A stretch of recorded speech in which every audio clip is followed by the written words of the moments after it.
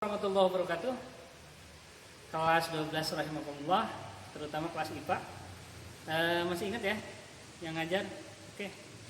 Jangan bosan-bosan.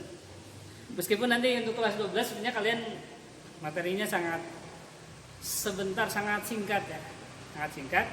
Tapi ini untuk pengantar di semester ganjil ini atau semester awal. Bab pertama itu tentang sifat koligatif larutan. Sifat koligatif larutan. Kalau kalian lihat ada istilah yang aneh sebenarnya di sini ya, koligatif. Ini memang dari bahasa asing ya, dari bahasa Latin ya, koligare ya, koligar. Artinya ini kalau bahasa sederhananya itu bersama-sama, gabungan lah, gabungan gitu ya, gabungan. Nah, maksudnya apa? Jadi gini, saya cerita dulu dari awal ya. Yang namanya larutan, ya, kalian sudah belajar ya larutan. Oke, larutan itu kan fasa homogen. Ya, ini fasa homogen yang terdiri dari dua zat komponennya ya. Ada dua komponen utama. Yang namanya larutan. Jadi kan nanti ada pelarutnya, oke, atau istilahnya solvent, dan ada zat yang dilarutkannya, atau namanya solut, zat terlarut. Oke, kita kembali ke sini, larutan.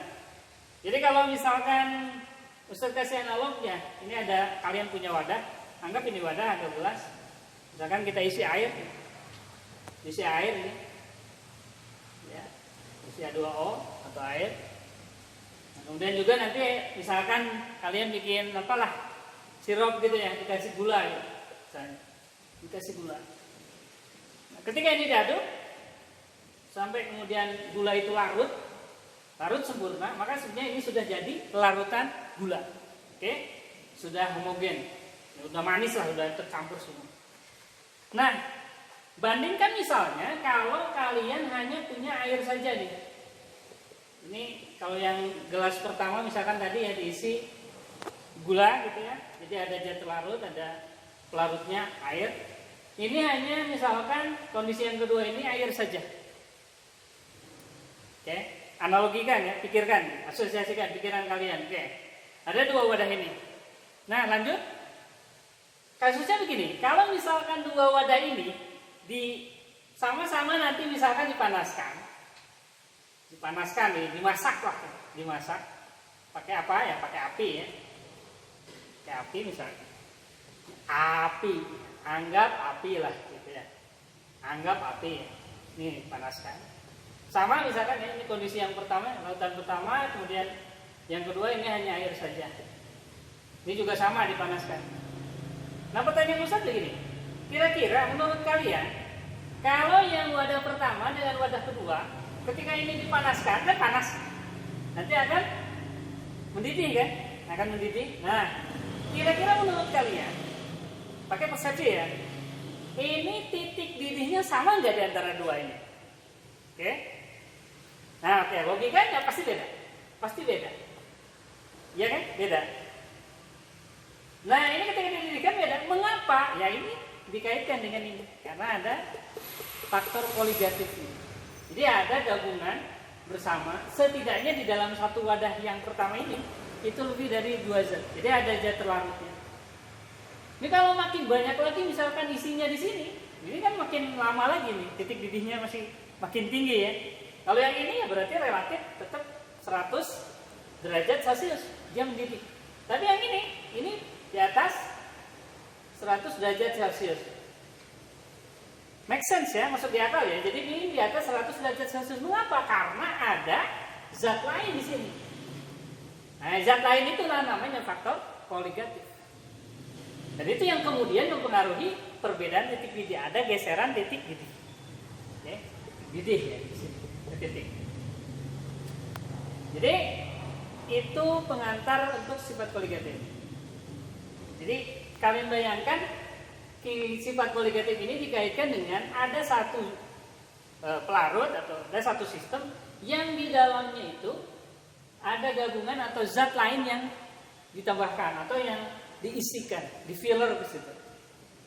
Maka akan berbeda ketika dibandingkan hanya dia sebagai pelarut. Gitu ya. Lanjut. Di kajian sifat koligatif ini terutama memfokuskan kepada 4 hal ya, 4 hal utama. 4 hal utama ini nanti kan tadi juga sudah dikasih pengantar ini ya. Ternyata faktor dari sifat koligatif ini juga mempengaruhi titik didih ya. Mengalami apa? Mengalami kenaikan ya. Titik didihnya mengalami kenaikan. Oke. Nah kemudian dengan contoh kasus yang sama, kita beda setting misalkan. Ini di dua sistem ini dibekukan. Kita masukkan misalkan di wadah ya, di kulkas gitu. Kita cek ya, kita lihat, dan secara penelitian sudah dibuktikan ya, karena ini sudah dipelajari. Ternyata titik didih kondisi yang pertama, yang tadi ada koligatifnya ya, ada tambahan zat lain, dengan titik didih gelas yang kedua itu berbeda. Apa? Titik beku ya, titik beku itu berbeda. Untuk yang pertama ternyata titik bekunya itu makin rendah ya. Jadi titik bekunya itu rendah. Jadi makin ke bawah lah ya. Jadi kalau es itu membeku pada air ya, 2O itu menjadi es kan ya. Menjadi es itu kan pada 0 derajat Celcius. Sedangkan yang kondisi yang pertama ini ketika dibekukan ternyata di bawah 0 derajat. Jadi minus, semakin minus. Artinya mereka kan makin bawah. Ini membuktikan ternyata memang sifat koligatif ya, karena tadi ada gabungan zat lain juga mempengaruhi penurunan titik beku. Jadi kalau titik didih makin naik, titik beku malah makin ke bawah ketika dua wadah tadi itu dibekukan. Oke. Lanjut, masih ada 2 sifat lagi berikutnya ya. Itu ada namanya penurunan tekanan uap. Oke, penurunan tekanan uap. Maksud besar begini. Ya, perhatikan sekilas.